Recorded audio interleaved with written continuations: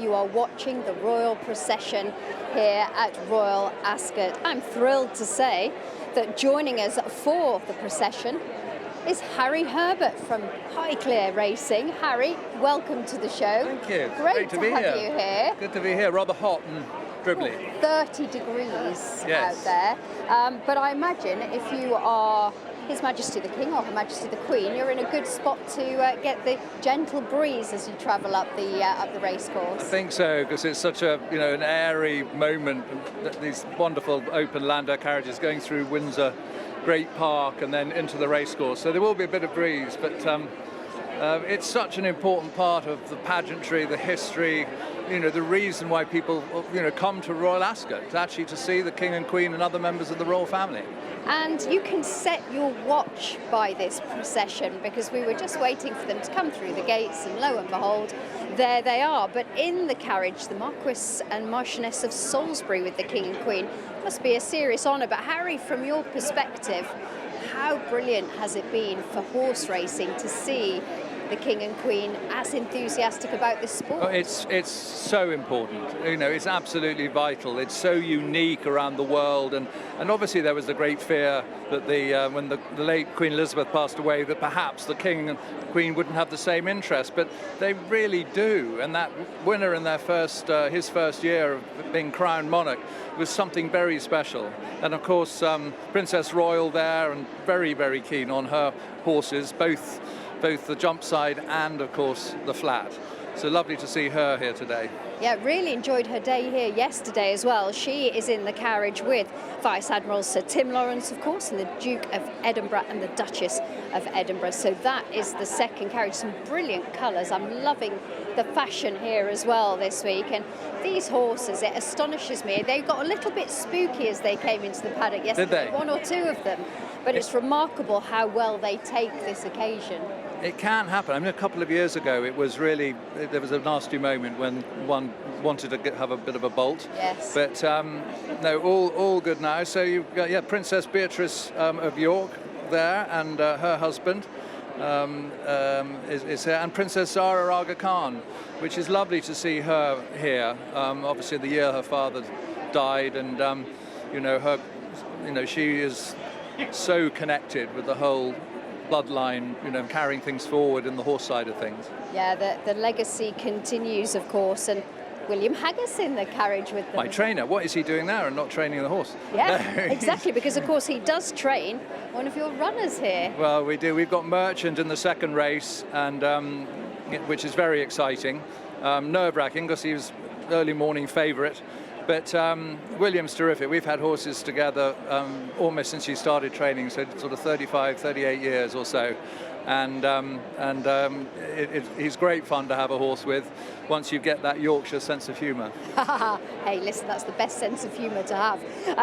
Whilst we're on the subject, you know that there's the saying 6 degrees of separation.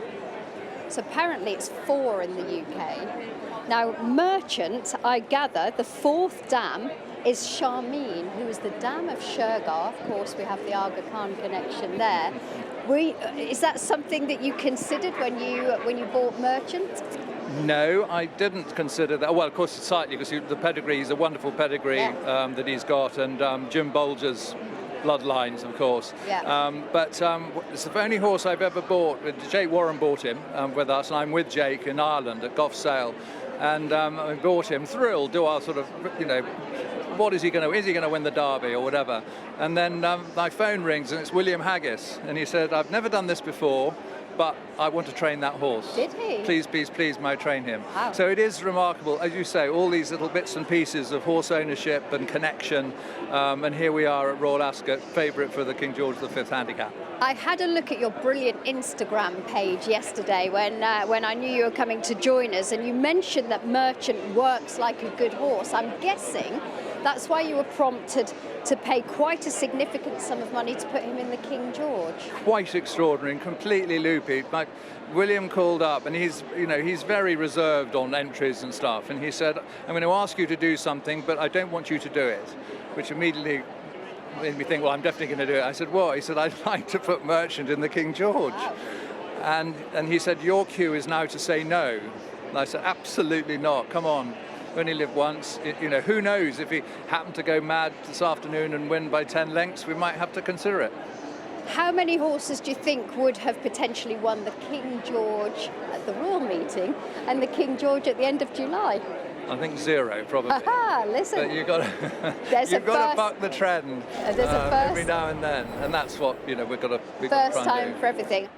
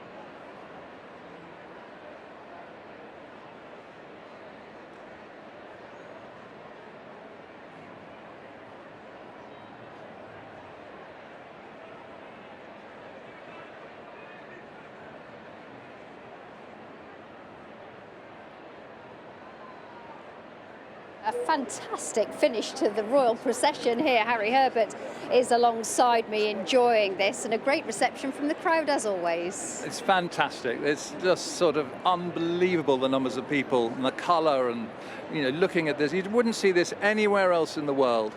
It is what makes Ascot, Royal Ascot, so special, and why so many internationals come over here, Americans, Australians, and people wanting to have a runner here for this extraordinary week of racing. It's unique.